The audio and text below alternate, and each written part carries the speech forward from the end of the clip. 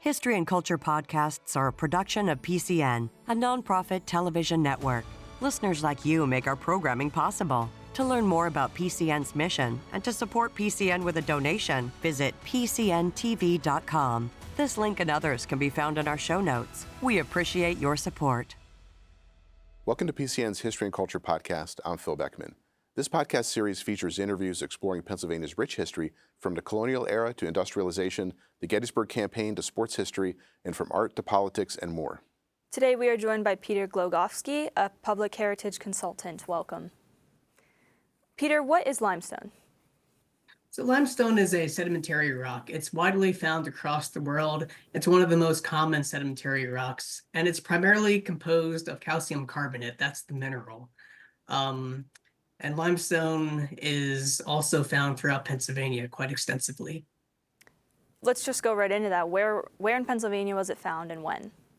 So limestone is pretty close to the surface of the ground.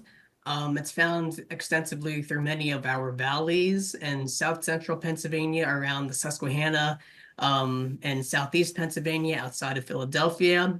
It's also found out near Pittsburgh and other forms, as well as throughout the valley, the Ridge and Valley section in central Pennsylvania near Penn State.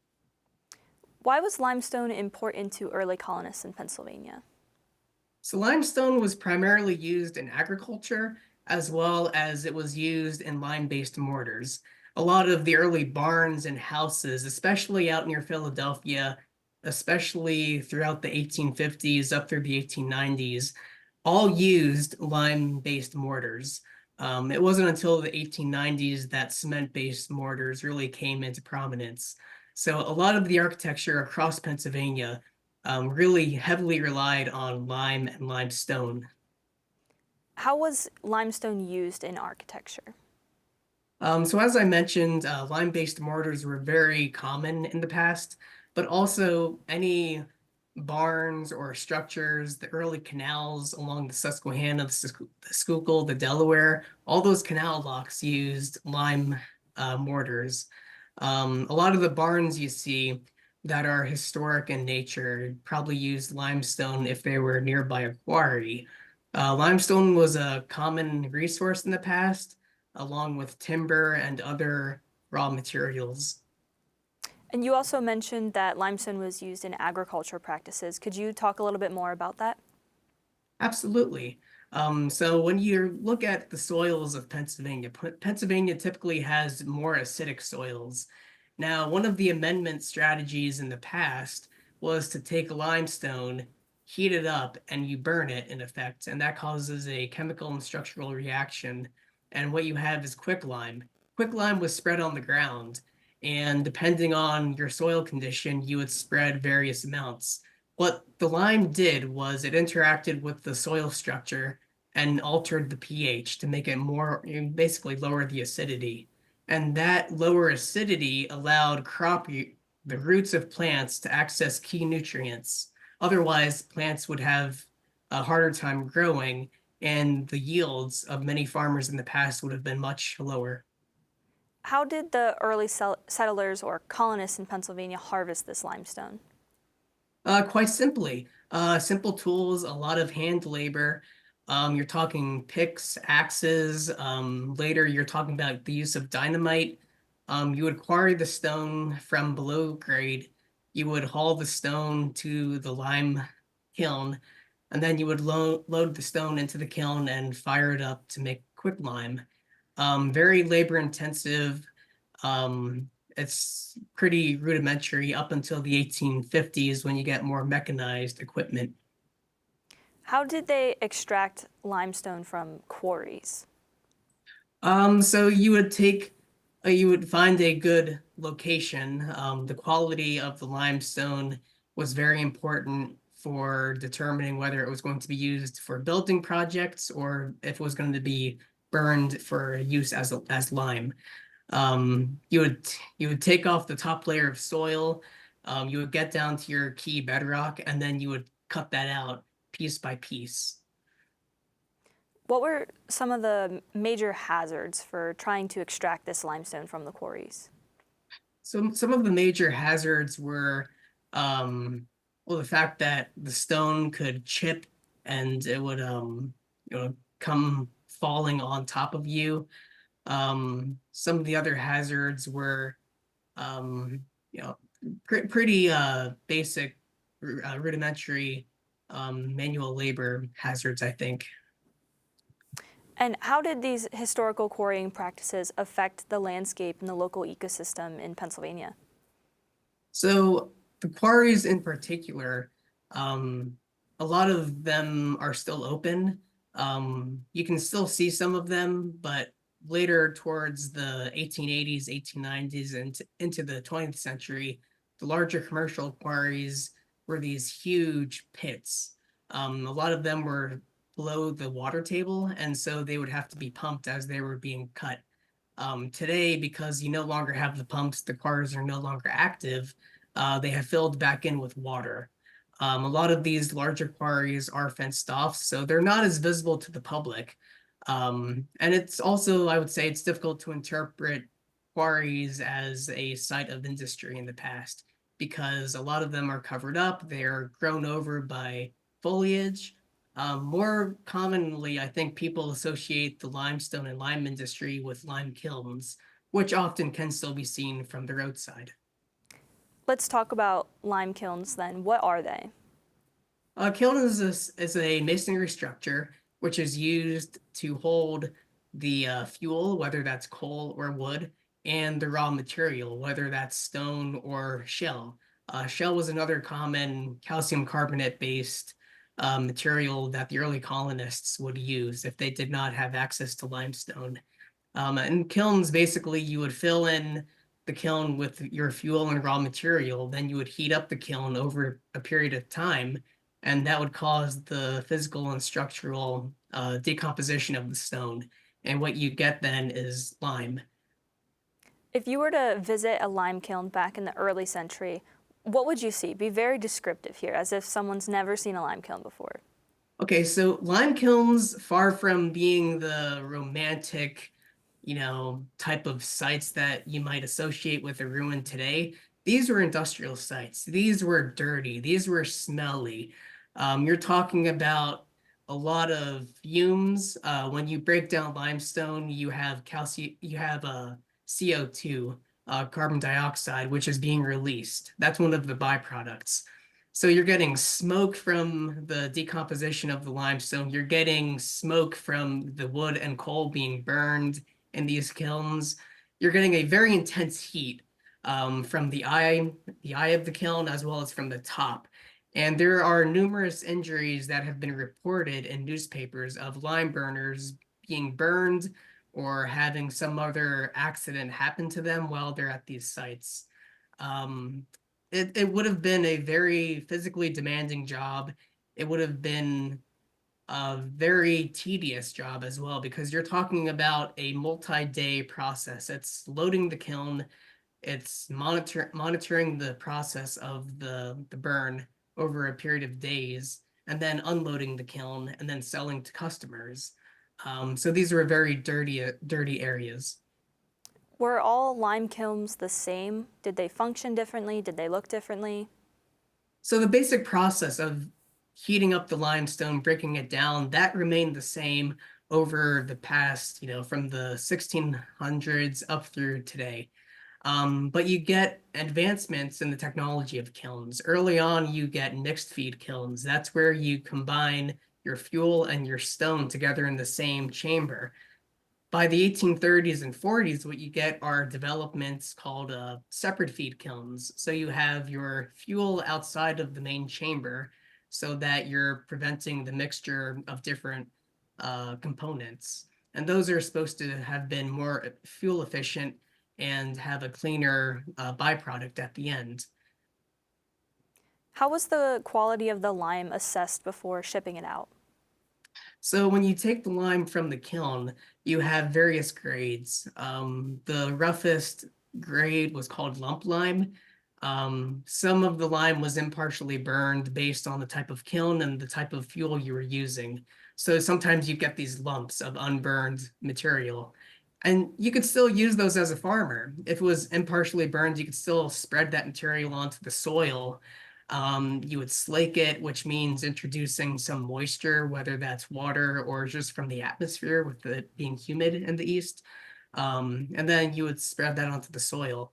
Other grades of lime were higher quality. They had less mineral impurities from the parent limestone, and also you had less mixing of unburnt wood or charcoal.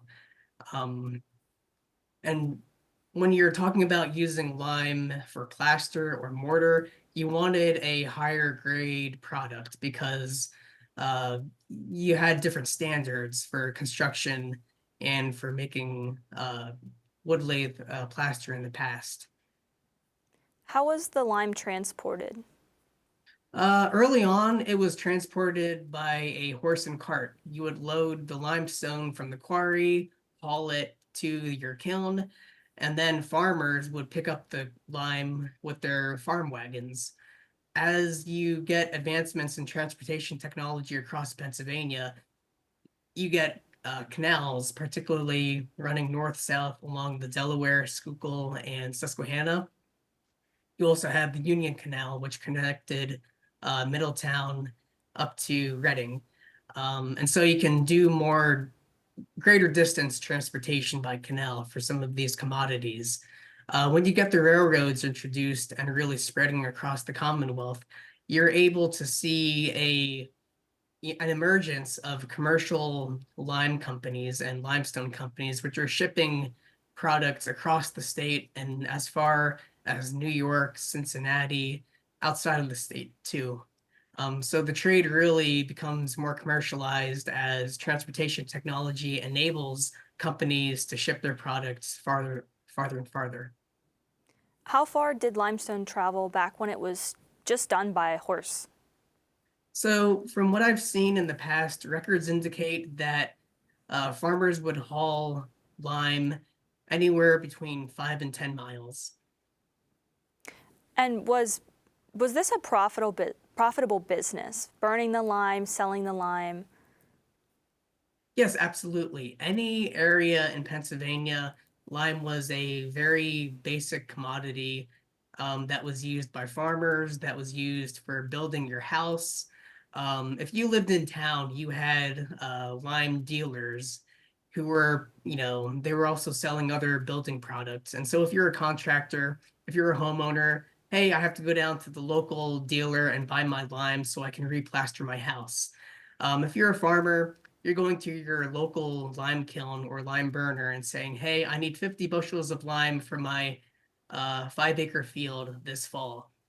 So being a lime burner was absolutely essential to all communities across Pennsylvania.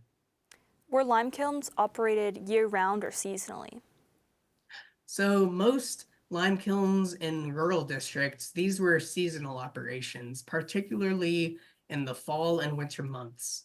That's when farmers bought their lime and then they put the lime out onto their field, either to air slake or to be spread, so that by the spring the lime would work into the soil and then it would be more effective over the next couple years.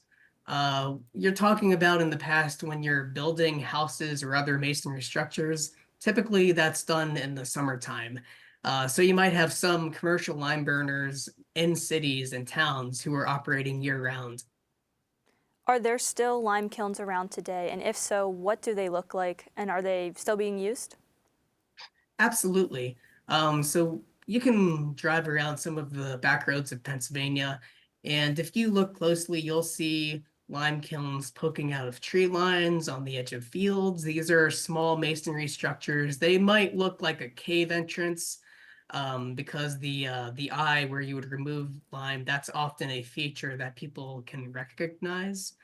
But you just have to drive slowly and keep an eye out for them. As I said, the lime kilns and lime burners, they were also active in towns and cities.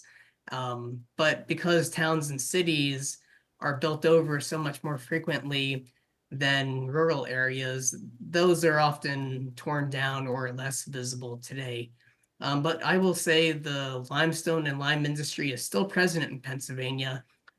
We still need limestone for paving our roads. We still need limestone gravel for any number of products. Um, Absolutely. Did wartime periods like World War I and World War II affect the demand for limestone? Yes, during war, the economics of Pennsylvania and many other parts of the country were disrupted.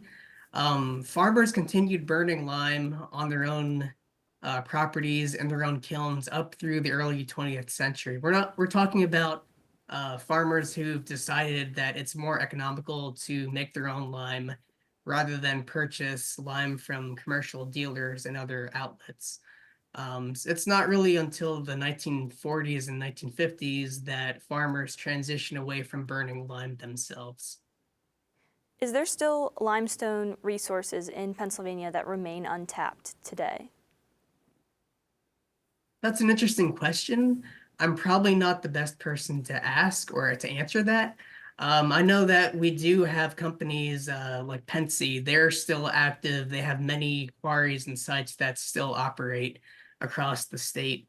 Limestone continues to be a valuable resource for construction in industries, as well as quick lime for various chemical applications. How has the use of limestone evolved over time? So early on in the colonial period, you really have a limited number of outlets and uses for limestone and quicklime. As I mentioned, masonry was a primary use of both commodities, agriculture for quicklime. But as the 19th century progressed, as the 20th century made more scientific and technological advances, you get many more experiments with these commodities. And particularly for quicklime, you get many more uses. I know that in the 18th century, lime was also used for removing the skin and hide for making leather. By the 20th century, you get chemical applications for quicklime, including the use of lime for making a theater stage lighting. How does limestone affect Pennsylvania communities today? So mostly, I think it's through the legacy, the built environment that we still can see and take measurable uh, effects of this industry. Any old barn, any old house that's using masonry and mortar, that's a primary example of how we are reminded of the effect that this industry has had on our communities and continues to have today. There are many sites, kilns, and less visible quarries that continue to dot the landscape, particularly in rural districts.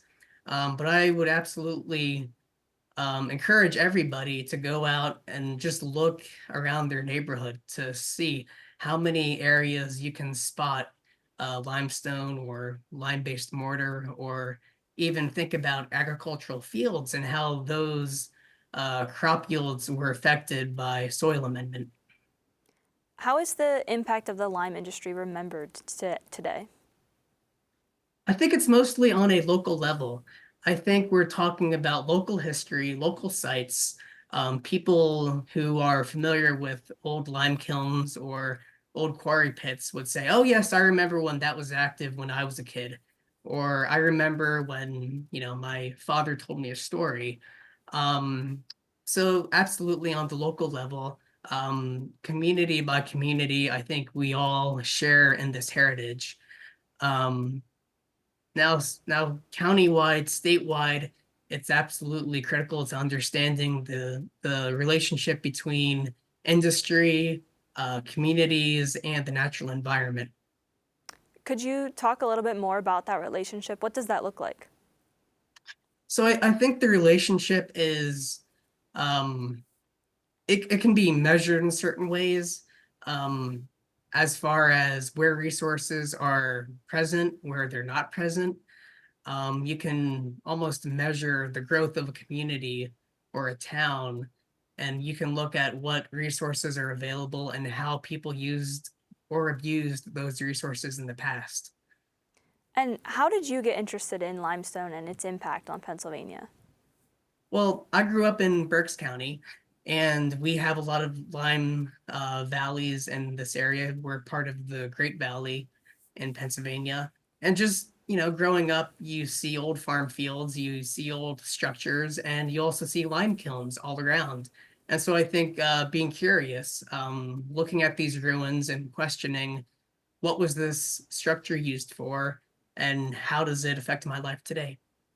We've been speaking with Peter Glogowski, a public heritage consultant. Thank you for your time today. Thank you. Listeners like you make PCN programming possible. Full episodes of PCN's history and culture content, like the interview you just heard, are available to stream with the PCN Select app. Explore other documentary programs, event coverage, and a lot more. To learn more about PCN's mission and to support PCN with a donation, visit PCNTV.com. This link and others can be found in our show notes. We appreciate your support.